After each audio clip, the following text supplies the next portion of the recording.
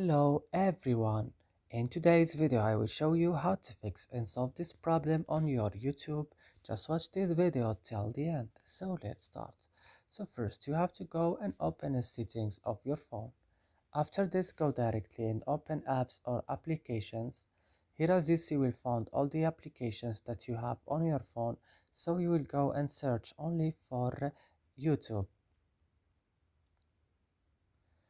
When you found YouTube, just open it like this and go to storage.